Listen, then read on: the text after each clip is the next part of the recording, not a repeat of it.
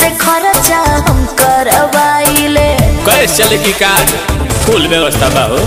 Parlour में जाइए duty बढ़ाइए लइकन से खर्चा हम करवाइले। बॉबी बनारस के पान भइलू, बॉबी बनारस के पान भइलू।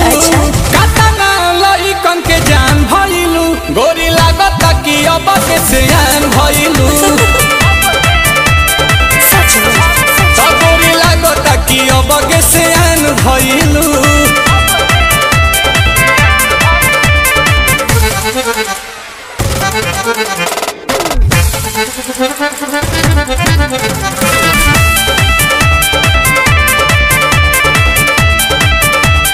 कुछ भी बोलते हैं। दिलवा के कहले बारू चोरी हमार तू तो गोरी, टुकुर टुकुर ताकि तोहार ओरी बुझाई।